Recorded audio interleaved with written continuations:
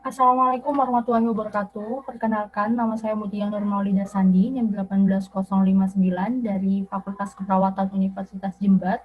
Di video kali ini, saya akan membahas mengenai SOP serta role play dari pengkajian keluarga, yaitu terdiri dari karakteristik tetangga, struktur keluarga, dan fungsi keluarga. So, check it out.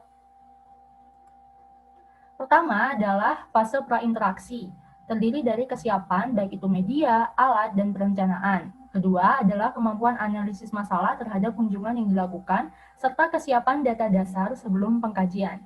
Dan yang berikutnya adalah fase orientasi. Di sini tuh terdiri dari salam dan penghargaan, terus kontrak, baik itu dari topiknya, waktu, terus hal-hal yang ingin dicapai, serta tujuan dari kunjungan yang kita lakukan. Yang berikutnya adalah memberi perhatian dan minat ketika si klien memberikan respon dan melakukan modifikasi rencana apabila diperlukan. Untuk yang selanjutnya adalah fase kerja. Di sini itu terdiri dari komunikasi, kemampuan kolaboratif, dan kemampuan teknikal. Untuk yang komunikasi, terdiri dari sikap menghargai, mendengar aktif, sampai menanyakan jika ada pernyataan yang kurang jelas dan memberi contoh. Sedangkan untuk kemampuan kolaboratif, terdiri dari menyertakan klien dan keluarga melalui interaksi keluarga, mendorong diskusi, sampai dengan menciptakan lingkungan yang terapeutik. Untuk yang kemampuan teknikal, terdiri dari kemampuan untuk mengajukan pertanyaan berdasarkan treatment dari data umum sampai lingkungan rumah. Terus ada kemampuan menjabarkan pertanyaan umum menjadi pertanyaan khusus sesuai kebutuhan keluarga, kemampuan memfokuskan pengkajian pada tipologi 5 tugas kesehatan keluarga, dan menggunakan media, peralatan, dan perlengkapan dalam pengkajian, serta kemampuan melibatkan semua anggota keluarga dalam pengkajian. Yang berikutnya adalah fase terakhir, yaitu fase terminasi. Di sini itu terdiri dari kemampuan evaluasi dan kemampuan penyusunan RTL. Yang untuk yang evaluasi, itu terdiri dari menilai respon keluarga. Lalu kita klarifikasi hal-hal apa yang sudah kita diskusikan dan kita setujui bersama keluarga.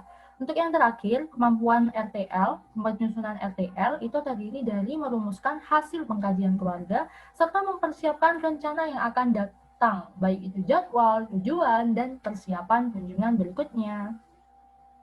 Untuk yang berikutnya adalah sesi role play. So, check it out!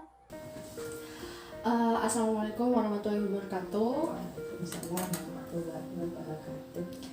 Perkenalkan Ibu, nama saya Mutia Nur Maulida Sandi selaku mahasiswa dari Fakultas Keperawatan Universitas Jember. Mohon izin untuk tanya-tanya sedikit tentang data-data keluarga Ibu untuk keperluan tugas kuliah saya. Apakah Ibu berkenan? Dimulai ya Bu. Saya permisi ngerekam ya. Pertama, nama Ibu kalau boleh tahu siapa? Terus Terus punya suami kan ya Bu, nama suaminya? Suranti Suami. Usia Ibu? 49 Kalau suami Bu? 57 Cukup jauh ya Bu. Kalau anaknya ada berapa Ibu? tiga Semuanya masih sekolah? sudah selesai. Sudah selesai ya.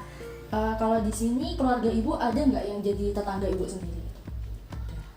Ada berapa banyak? Cukup banyak? 3 keluarga. Kalau hubungan Ibu sama tetangga di sini gimana? Baik. Baik. Kalau intensitas ketemunya atau bicara-bicaranya itu gimana? Banyak atau biasa aja atau saling? Biasa aja, semua pada sibuk. Baik ya, nggak pernah punya masalah sama tetangga. Yang untuk pertanyaan selanjutnya kan kalau misalnya di keluarga itu setiap anggota keluarga punya peran masing-masing. Nah kalau di keluarga Ibu gimana perannya? Kayak suami sebagai apa gitu? Suami cari nafkah, saya ngurus rumah tangga, anak-anak ada yang sudah bekerja, ya sibuk dengan masing-masing. Kalau sehari-hari itu kalau Bapak itu sering nolongi Ibu bersih-bersih rumah atau gimana? Ya, nyiram-nyiram rumah. Kalau boleh tahu pekerjaannya Bapak sama Ibu apa? Kalau saya ibu rumah tangga, kalau bapak wirausaha. Terus kalau misalnya ada yang sakit, salah satu anggota keluarganya biasanya respon keluarga itu gimana? Ya saling membantu, misalnya membawa ke dokter, menanyakan sakit apa, butuh apa. Kalau berarti di sini ada kayak pelayanan kesehatannya ya Bu, kayak bidan. Ada dokter. dokter. Biasanya sering kesananya. Ya kalau sakit aja. Ya, oke. Kalau di keluarga ibu itu biasanya ada penerapan nilai-nilai normal nggak? Ibu? Misalnya Kayak misalnya jangan pulang jam 9, pulangnya harus jam 9 kayak gitu. enggak juga. Kalau dilihat kepentingannya, biasanya mereka bilang atau pamit enggak apa-apa.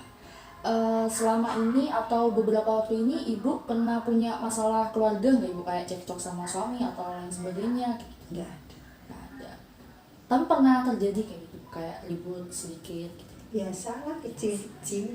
Nah, ibu responnya kalau misalnya ada ribut gitu gimana perasaannya ibu? Atau cara menyikapinya?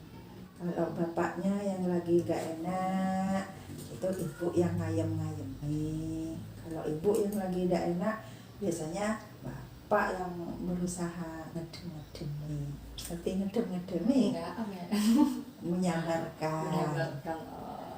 Ya udah, mungkin itu aja yang saya tanyakan terkait pengkajian keluarga ibu. Terima kasih atas waktunya ya ibu. Sama-sama. Terima kasih Bu.